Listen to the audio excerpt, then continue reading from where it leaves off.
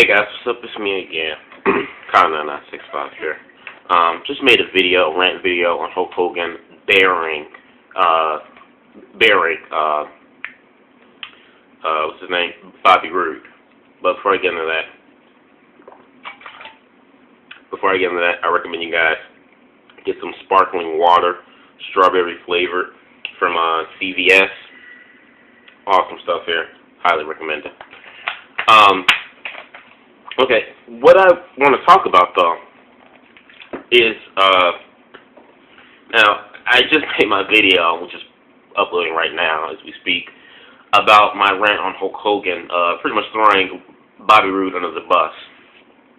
And I'm not gonna go into much detail about all that in my first, like I did in my first video. However, I decided to go on some various different wrestling websites to see if they ever had gotten a word of it. And I did find a reliable source where, well, they're not too reliable for me, but I did go to a reliable wrestling source where they did get a brief of the interview of Hulk Hogan, and same thing, the highlights that I got myself through the email. But what I didn't get was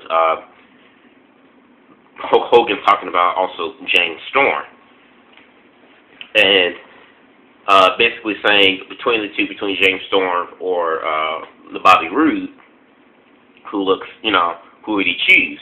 And he said he would choose James Storm over on Bobby Roode because he thinks James Storm has more of the look. James Storm is the beer drinking, he said the beer drinking Tennessee Walmart, cowboy. He's got a good look to him, and he's the kind of guy you could build up. He said from he's named from different states, something like that. But he's a Tennessee cowboy. He said, but Bobby, he could see being built up from California or L.A. or something like that. But Canada, he said, to him, he sees James Storm more of a main eventer than he does Bobby Roode. And if he had to choose between the two, he chooses James Storm over Bobby Roode as a main eventer because James Storm looks more of a part of a main eventer. Now, James Storm is a talented guy as well. I'm not gonna knock him for that, but do you think James Storm is a talented guy? But this is one thing I don't understand with Hulk Hogan and making a statement, because let's just say Bobby Roode is not main event caliber. Why the hell do you think Dixie Carter are pushing him in their biggest pay-per-view of the year in the main event spot for the World Championship? Why do you think there's so many wrestling fans behind Bobby and wanting to order and buy the effing pay-per-view if they didn't think Bobby Roode was a main eventer or if he was ready or not? What the hell is wrong with you, Hulk Hogan? Clearly, Hogan is off his rockers. Hogan he's lost with the times. He's out of touch with what current wrestling fans up to date want. I mean, does he realize now that we're living in the age of technology and that we have the internet? Is he just figuring this out now, that we have the internet and we have MySpace and Facebook and Twitter and YouTube? Although MySpace is pretty much becoming defunct, but you get the point I'm trying to make. Is he not comprehending? Okay, it's a different generation. It's a whole new breed. It's a whole new era in wrestling. Guys like Hulk Hogan, where they appeal to kids, they're very child friendly like, and they're all buffed up, looking like they have steroids. Those days are over, Hogan. They're gone. Nobody wants to see those type of guys anymore. No one wants to see you anymore whatsoever. Those days are over. Who are you to say that Bobby Roode is not a main eventer? Like I said, majority of the people that's gonna buy this pay-per-view is because of Bobby Roode. Because Bobby Roode has a fan following, and Bobby Roode, and obviously the company sees something in him because they're giving him this main event spot for the World Championship at their biggest pay-per-view of the year. So, obviously, like I said in my first video, Hogan would know a superstar if it hit him straight in the nuts. And then on top of that, he not only does he throw Bobby under the bus, but he pretty much says he picks Jeff over on Bobby and says that he thinks that Jeff is the guy, you know, for TNA, you know, and to carry TNA. Because Jeff Hardy has the it factor and Jeff Hardy has the look. Yes, I agree. Jeff does have the it factor. He does have the look, and I do think Jeff is probably, can be definitely one of the main money drawers for TNA. But here's the problem with that. Looking at how Jeff's been acting in TNA, Jeff's not the most reliable guy you want to have working in your company, okay?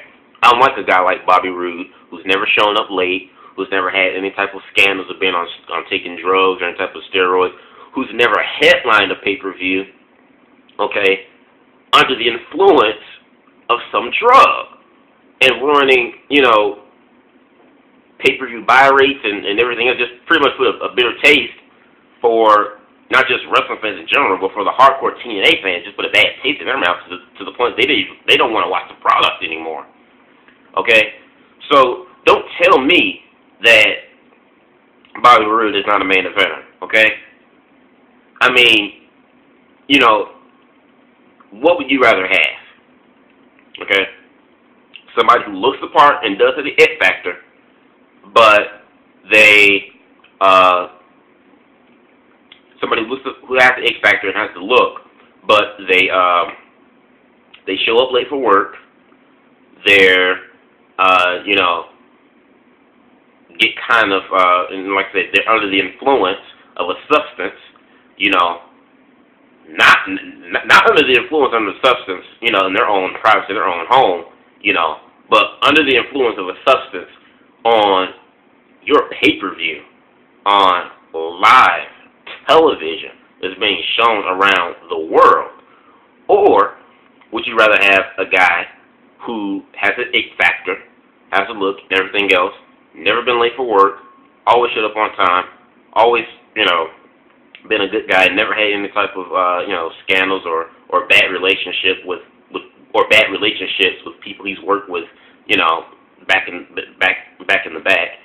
Somebody who his junk is clean, you know, and like I said, a very reliable worker. Who would you have?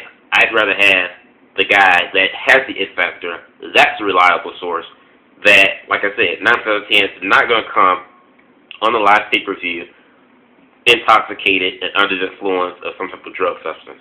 I'd rather have that guy than this guy. Yes, this guy can draw money.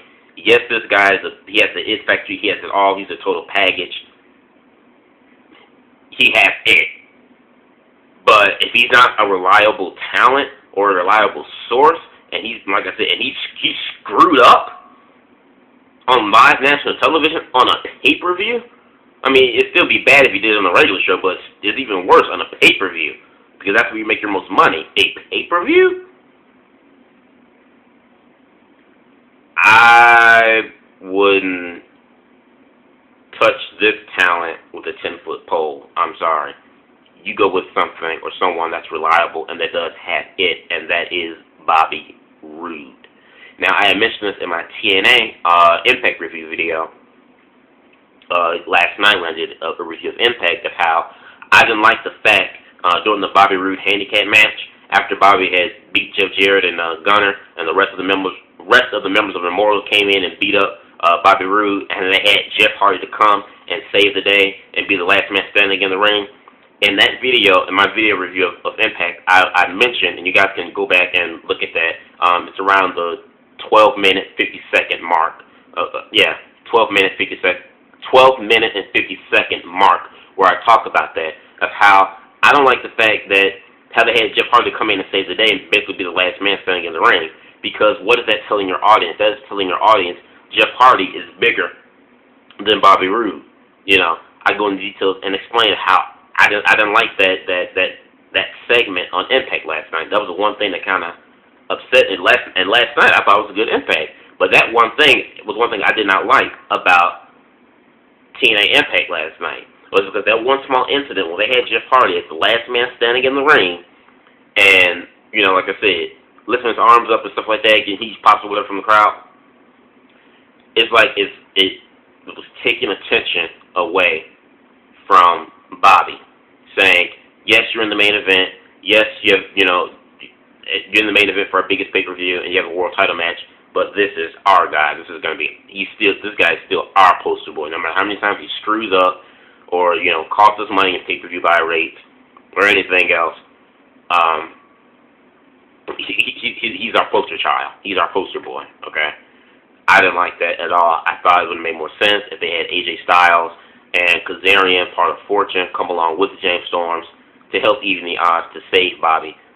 But to have Jeff Hardy by himself and you know, save the day for Bobby, I didn't like that. Yeah, so I mean, just completely utter bullcrap. Hogan doesn't know true talent. Hogan doesn't know, you know, what wrestling fans of today want. You know, he doesn't know. Hogan is out of touch. He is. People can say Vince is out of touch, but, you know, in which I do think Vince is way out of touch with the generation. But I mean, I don't think Vince is out of touch like Hogan is. I mean, if Bobby was in WWE, I can guarantee you Vince McMahon would see something in Bobby and would use Bobby. Just completely stupid, you know. And people can talk about Paul Heyman all day. Paul Heyman's not going to help TNA. How can he help TNA when, you know, he ran his own company in the ground? His company was defunct. If anybody who really knows Paul Heyman and has seen, or not even seen, but have seen wrestlers, you know, talk about on interviews with, talk about Paul Heyman, or, you know, the Rise and Fall of ECW DVD documentary. When those guys talk about Paul Heyman, everyone says Paul Heyman is, as a businessman, Paul Heyman stinks. He's a horrible businessman. But as a creative mind, a guy who can keep in touch with the wrestling business, a guy who can come up with storylines and ideas for wrestling, they say, oh, Paul Heyman is a genius. He's the man. But as a businessman, business standpoint of view, he's terrible. So, honestly, Paul Heyman coming to TNA, that wouldn't be a bad thing, because you know what? He won't be running the business aspect of TNA. People will be running the business aspect of TNA. That'd be Jeff Jarrett, Dixie Carter, who are currently doing that now. But Paul Heyman wouldn't be doing that. Paul Heyman would just be part of the creative side of TNA, coming up with the storylines and stuff like that. But Paul Heyman, Paul Heyman likes Bobby Roode, okay? Paul Heyman sees something in Bobby Roode. He said he loves beer money, and he sees the future, you know, in TNA and in the talent that they have, you know. And I've never heard Paul Heyman say anything, you know, like, oh, Bobby Roode's not a main event or anything like that. He's complimented Bobby Roode tons of times. He's complimented so much young talent in TNA that has potential. But for Hulk Hogan to say he doesn't see Bobby as a main eventer, completely ridiculous. Yes, this is it. So this is part 2 of my rant on Hulk Hogan throwing Bobby Roode under the bus. Like I said, just wanted to make another quick vid off extra information that I found out of Hogan talking about comparing Bobby to James Storm, and if he has a choice between the two, he picked James Storm because James Storm has the look, and James Storm is an all round better character wrestler to him compared to Bobby. I mean, just stupid. It doesn't make any sense. Like I said, if the company did not, why would the company put Bobby in the spot he's in at their biggest pay-per-view for the World Championship? Why would so many fans be supportive and be behind Bobby Roode if we didn't think Bobby Roode was not ready for a main eventer? Anyway, let me know what you guys think about this topic. This is part 2. Please watch my first video. I think it's about like 30 minutes or something like that, but please watch it. Peace out. Oh, and like I said, if you guys want to make a response video pertaining to this topic, do that too. I don't care. I'll watch it if you guys make a respond video to this topic. So yeah, this is part 2 of my rant on Hogan throwing Bobby under the bus.